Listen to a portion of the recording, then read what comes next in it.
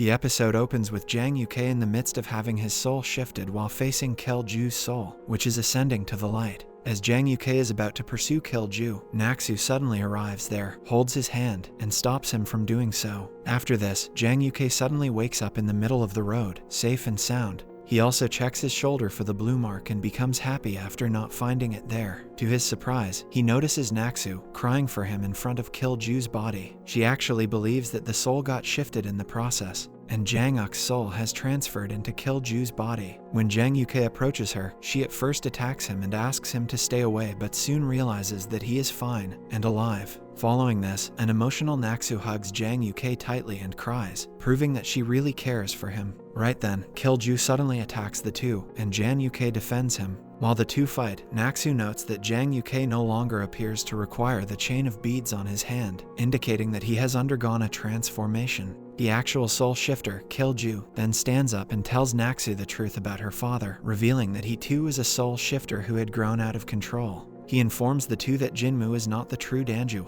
but rather a different person, and that they are in possession of the ice stone. He then strikes Naksu, snatches part of her energy, and inserts a sorcery poison into her before fleeing. Though injured, Naksu sends Jang Uk to catch Kil-ju and finish him. The people of Sangram also witness the alchemy of the soul being performed, and together with Master Li and Sapsali, they begin searching for the soul shifter. Injured, Naksu hears Sapsali barking and realizes that he is after her as Kil-ju attacked her before and left a sorcery wound on her shoulder. To her bad luck, while she is fleeing through the forest, Seo-yeol notices her and uses his special technique to knock her down. Seeing her, Seo-yeol gets to know that Jang Uk was the one involved in the alchemy of souls and begins searching for him. On the other hand, when Jang Uk is pursuing Kil-ju, he enters a nearby village and is looking for someone from whom he may take energy. Kil-ju goes towards a tavern and approaches the granddaughter of Hyo-yeom, Hyo-yunoke. Just when he is about to attack her, Jang Uk arrives there and saves her. Meanwhile, Seo-yeol touches Naksu's wound and heals her. Back in Sangram, Hyo-yeom is informed that Jang Uk's bead bracelet was found in the location where the alchemy of souls was performed. Hearing this, Hyo-yeom starts worrying about Jang Uk's safety and orders his men to find Jang Uk. On the other hand, Park Jin is interrogating housekeeper Kim about the event that occurred 20 years ago. Despite the housekeeper Kim's denial, he quickly makes the connection and realizes that Jang Kang practiced sorcery and shifted souls. Their conversation is interrupted when Park Dang-gu arrives there and informs them that Jang Uk could have been a victim of the alchemy of souls. In the following scene, we can see Jang Uk pursuing Kil-ju to Chunbugwan in the hopes of finding the Danju. During this, Kil-ju abruptly changes route and heads toward the palace, shocking Jang Uk. The guards at the entrance get suspicious about Kil-ju as he attempts to push his way inside the palace, and quickly learns that he is a soul shifter. Kil-ju battles them and tries to absorb their energy, but Jang Uk again intervenes, with a blue cloth wrapped over his face, and chases him away. Later, Jang Uk and Kil-ju get into a battle, and the former uses Tansu to win. He then departs from the area before the people find out about his real identity. As soon as Kil-su dies, his body gets petrified and people assume the killer to be Naksu because she was the only one who could perform Tansu with such precision. The next day, Jinmu discovers Kil-ju's body and learns that Tansu, a spell utilized by Naksu, was used in the murder. Right then, Park Jin also arrives there and examines the body, assuming it to be Jang Uk. But when he finds that the actual soul shifter is Kil-ju, he is relieved. However, the queen is shocked when the eunuch informs the royal family in the palace that Kil-ju had turned into a soul shifter and acted violently the night before. He explains to them how a mage using Tansu prevented Kil-ju from trying to enter the palace. Later, when Seo-yeol and Jang Uk cross paths, the former reminds Jang Uk of Naksu. Hearing this, he immediately heads to the given location and learns that Naksu has been spreading the rumor that he abandoned her and fled from the soul shifter. In the meantime, Seo-yeol updates Park Jin and Hyo-yeom on Jang Uk's condition before he and Naksu leave for Danyangok. Following this, Naksu brings Jang Uk to the location referred to as the Soul Shifter's grave where she shares her past with him. She asks him if he would leave her there after she gets petrified, but Jang Uk ignores her words and responds by saying that the real Danju is in the palace. The scene then shifts to Chunbugwan, where Jinmu greets the actual Danju, the queen. She informs him that the day of Songram's downfall and the time she will have control over Diho is coming closer. She also orders him to find and eliminate the mage who blocked Kil-ju since he must be aware of the location of the ice stones. On the other hand, Jang Uk promises Naksu that he will locate the ice stone so that he can prevent a soul shifter from getting petrified. It's the battle day, and for the last time, Seo Yul requests Park Jin to prevent Jang Yuke from going to the duel. Sadly, Park Jin encourages him to respect Jang Uk's decisions and let him do whatever he wants. He also mentions that he will merely observe the battle as Songrim's commander, regardless of how it turns out. The king and queen, as well as the mages, assemble in Songrim to see the duel between Jang Yuke and the crown prince, Go-won. Before the match, Park Jin announces the consequences if Jang Yuke does not show up in time, and everyone awaits the arrival of Jang Yuke. Around 12 o'clock, just before Park Jin orders the guards to close the doors, Jang Yuke shows up. Without wasting any time, the duel begins and Jang Yuke and the crown prince start fighting. Jang Yuke follows the advice Naxu gave him during the training and fights with utmost bravery. During the battle, Naxu goes around to the pots at the training center and discovers them to be damaged and empty despite her request to Master Li to fill them with water. When she notices Jang Yuke struggling, she cuts her palm and sends a drop of her blood in his direction, enabling him to use Tansu and beat the crown prince. This sudden attack from Jang Yuke shocks Jinmu, who immediately goes to ask him where he learnt Tansu and who his master is. Although Jang Yuke claims that he taught himself, no one is willing to take him at his word and inquire about his mentor. To save his day, Master Li then shows up and informs everyone that he was present while Jang Yuke was practicing flicking water droplets. Hearing the confirmation from Master Li, everyone applauds for Jang Yuke, and the queen instructs Jinmu to do everything to bring Jang Yuke to Chinbugwan. But when Jinmu makes the offer, every other family puts forward their proposal to take Jinmu into their family. After being overwhelmed with the offers, Jang Yuke urges Naxu to make a decision for him. She then thinks for a while and suggests he join Songrim. Following this, Jang Yuke makes an announcement and accepts the proposal to be a member of Songrim.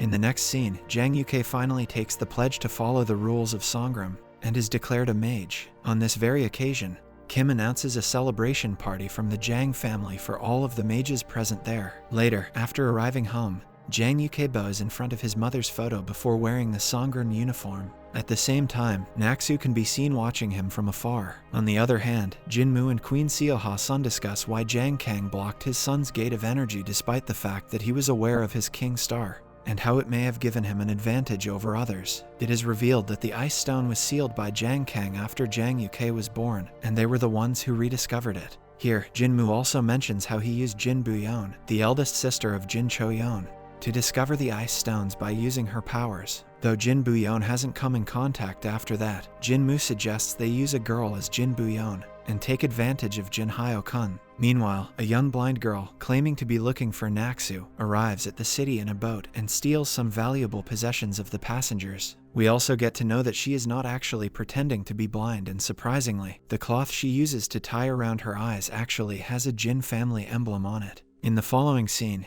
Hyo Yunoke has arrived in Sejikwan and recalls what happened with her in the inn a day before. She also regrets not asking the name of the person who saved her from a soul shifter. As the teachers and students are having drinks back at CH Weisenru, Park Dang-gu confesses that Jang Yuke previously made a joke about wanting to study under Naxu. The conversation then takes a serious turn when Park Jin informs Jang Yuke that using sorcery as a mage is illegal. Jang Yuke responds by denying this and saying that he will be using sorcery if he can save someone's life. Right then, Go-won arrives there and interrupts the party, inviting Jang Yuke. The crown prince shows in with a jar full of alcohol and greets Jang Yuke, congratulating him and wishing for him to become a great mage of Diho. In return, Jang Yuke also wishes him that he become a great emperor of the nation. When everyone cheers, Park Jin imagines the two as the successor to the throne and a kid born on the night of the king's star, respectively. Meanwhile, at Jinyaon, Jin Ho-kyung's husband brings a young blind girl to Jinyaon in the hopes that she is their missing daughter. They attempt to test this by opening the door to the secret room, which can only be accessed by a Jin family member, but are disappointed when she fails to open it. Later, a frustrated Jin Ho-kyung informs her husband that she is going to ask for Jinmu's assistance in finding her daughter. The girl who pretended to be blind in the boat earlier shows up in CH Weisenru and decides to meet Naxu with the goal of returning her blindfold with the Jin family emblem and living off her for some time. On the other side, Naxu runs to Go-won, who is about to leave, and thanks him for his kindness towards Jang Yuke. The crown prince warns her to stay away from their future conflicts and also warns that he will kill her if she gets involved. However, Naxu still mentions that she will be standing beside Jang Yuke in every situation, surprising Go-won. Later, after the party is over, the mages along with Jang Yuke, Seo Yul, and Park Dang-gu head towards Songrim. Naksu also follows them, but when it's time to enter the gate of Sangrum, one of the soldiers stops Naksu and tells her that she is not allowed to go inside. She is informed that she is not a resident of Sangrum and has no permission to go inside. To Naksu's dismay, the soldier further adds that Jang Uk is also prohibited from leaving Sangrum until he has completed his basic training. Despite this, Naksu is not ready to leave her young master, Jang Uk, alone and tries to run into Sangrum, only to get pushed away by the invisible wall. Naksu still does not leave and waits outside the gates of Sangrum in the rain. Sometime later, Seoyeol again arrives there and warns her to go, or else Jang Uk will breach the rules of Sangrum on the first day to find her. Also, he says that it is better to return and explore different ways to enter Sangrum. The following morning, Jang Uk wakes up in Sejikwan and calls for Naksu, but only manages to find Hyo Yunok's maid standing in front of him. Seeing the maid, Jang Uk recalls the night he saved Hyo Yunok from Kilju and rushes to her, trying to stop her from saying anything about the incident to Hyo Yom and others. Meanwhile, Hyo Yunok is conversing with Park Jin, Kim, and Hyo Yom. Hyo Yom inquires about his granddaughter's relationship with Jang Uk. Kim and Hyo Yom carefully listen to her answers until Jang Uk intervenes in their conversation and takes Hyo Yunok away. Witnessing such an attitude from Jang Uk, everyone present there believes that Jang Uk and Hyo Yunok know each other for a long time and seem to like one another. After taking her aside, Jang Uk asks Hyo Yunok if she informed anyone about their previous encounter when she was attacked by Kilju, and warns her to keep it a secret. Following this, Jang Uk then expresses his gratitude to her grandfather for taking care of him. Soon, Jang Uk begins searching for Naksu and gets to know that she cannot enter Sangrum because personal servants are not permitted there. Hearing this, Jang Uk does not care for anything else and goes to ask Park Jin to let Naksu in, but is refused on the face. In the next scene, Jang Uk begins his first task, memorizing the Book of Regulations. At the same time, Naksu tries various other methods to enter Sangrum. Kim, however, stops by and attempts to find out more about Jang Uk's friendship with Hyo Yunok. Irritated, Jang Uk asks her to go as he attempts to avoid the subject, and later stops her and tells her to take excellent care of Naksu. He is saddened when she informs him that he should stop thinking about her. In the next scene, Naksu meets Ju-wol and asks her about different possible ways to enter Sangrum. Ju-wol, however, stops her and informs her that Sangrum is hiring and she is welcome to apply for the position. Later, as Naksu gets back to the Jang family home, Kim gives her the message from Jang Uk, but she almost interprets Jang Uk's statements as he is leaving her. Kim, on the other hand, repeats what he said and asks her if she knows who the woman is that he loves. When she recalls her interactions with him, Naksu realizes that she is the person he was referring to. The episode then ends with Naksu and Jang Uk missing each other and looking at the lockets they gifted one another. Thanks for watching. Subscribe and hit that like button to help our channel grow. Turn on the notifications so you won't miss any of our new videos.